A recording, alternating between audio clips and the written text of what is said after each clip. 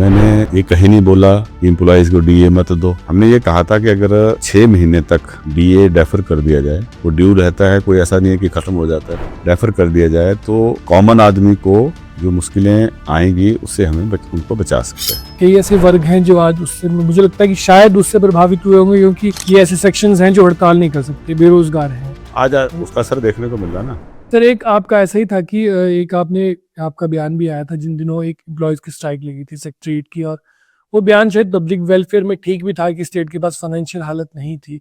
तब भी एक प्रेशर सा आपके अगेंस्ट बन गया कि गवर्नमेंट के कैबिनेट मिनिस्टर ने ऐसी स्टेटमेंट दी, और उसके पीछे की जो एक विजन था, फोकस था, वो क्या था सर?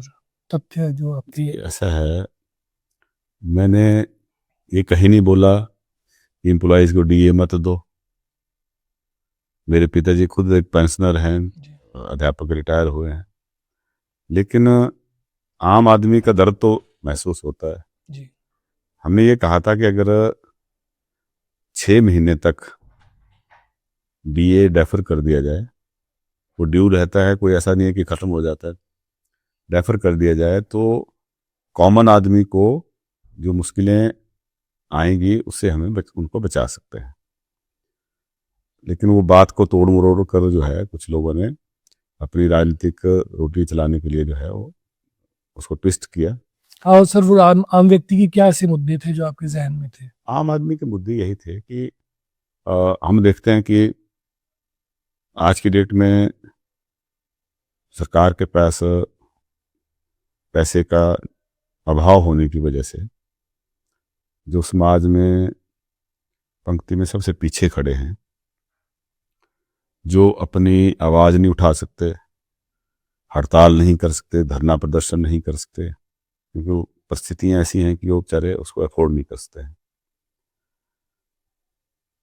सरकार तो उनकी भी है, सरकार उनके लिए संरक्षण के लिए, उनके मकानों का की जो मूलभूत जरूरतें हैं उनको पूरा करने के लिए जी जी, उन्हीं बेसिकली उन्हीं के लिए जिम्मेवार होती है। तो वो प्रभावित ना हो इसलिए हमने वो बात उठाई थी। जी। विचलित मैं इसलिए नहीं हुआ क्योंकि मेरा निजी एजेंडा कोई नहीं था। ठीक है, पिछले दिन जब मेरे खिलाफ जो बोला गया था, उससे पिछले दिन जब वहाँ पे भाषणबाजी हुई, उसमें मेरा तो कोई जिक्र नहीं था। उसमें टारगेट किया गया था स्पीकर साहब को, उसमें टारगेट किया था मुख्यमंत्री जी को, उसमें टारगेट किया था हमारे 2 मंत्रियों को जिन्होंने नए दफ्तर बनाए। मेरा तो कहीं जिक्र नहीं होता। और टारगेट ओवरऑल जो है वो पूरी विधायिका को किया गया था, सभी विधायकों को किया गया था। तो मैंने उसमें यही कहा कि जैसे एक उसमें कहा गया था एजिटेशन के दौरान कि जो 1 लाख करोड़ का 90,000 करोड़ का लोन लिया वो सारे लीडर खा गए। मैंने ये कहा कि भाई लीडर कैसे खा गए, है ना? लीडर्स का अगर सारे सैलरी का और पेंशन का बिल होगा, खर्चे होंगे, तो मुश्किल से साल का 25 करोड़ होगा। तो इतने सालों का 90 के बाद अगर सब सालों का जोड़ लेंगे तब भी जो है वो 500 करोड़ से ज़्यादा नहीं होगा, क्योंकि पहले कम थी सैलरी, पेंशन फिर बढ़ गई है, तो 500 करोड़ से ज़्यादा नहीं होगा। तो ये कहना कि 90,000 करोड़ का लोन लिया और सारे ये विधायक खा गए, तो वो तो लोगों को भड़काने वाली बात हुई, लेकिन इसमें सच्चाई नहीं। False narrative. हाँ, तो ये फॉल्स नैरेटिव ना सेट हो या लोगों में अननेसेसरी जो है अनावश्यक तौर पे चुने हुए प्रतिनिधियों के खिलाफ गुस्सा ना भड़के, इसलिए जो है मैंने वो बातें कही थी। लेकिन उसमें ना तो दुर्भावना थी मन में, ना अपना वो व्यक्तिगत एजेंडा था। नहीं, वो ठीक था सर, हमें भी ठीक लगता है, क्योंकि कई ऐसे वर्ग हैं जो आज उससे, मुझे लगता है कि शायद उससे प्रभावित हुए होंगे, क्योंकि ये ऐसे सेक्शंस हैं जो हड़ताल नहीं कर सकते, बेरोजगार हैं। आज उसका असर देखने को मिल रहा ना। जी आज जो मैंने उस टाइम तो फोरकास्ट किया था कि ऐसा होगा, जी, लेकिन आज वो चीजें हो रही हैं। सारा पेंशनर्स का इशू है, और आज जो चीजें हो रही हैं, ठेकेदारों की पेमेंट्स नहीं जा रही। ठेकेदार अकेले नहीं है ना, ठेकेदारों के पास लेबर काम करती है, गरीब ठेकेदारों के पास जो ट्रैक्टर वाले हैं वो काम करते हैं, मटेरियल सप्लायर काम करते हैं। ठेकेदारों के साथ पूरी एक चेन बनी होती है जो उनके ऊपर डिपेंडेंट होते हैं।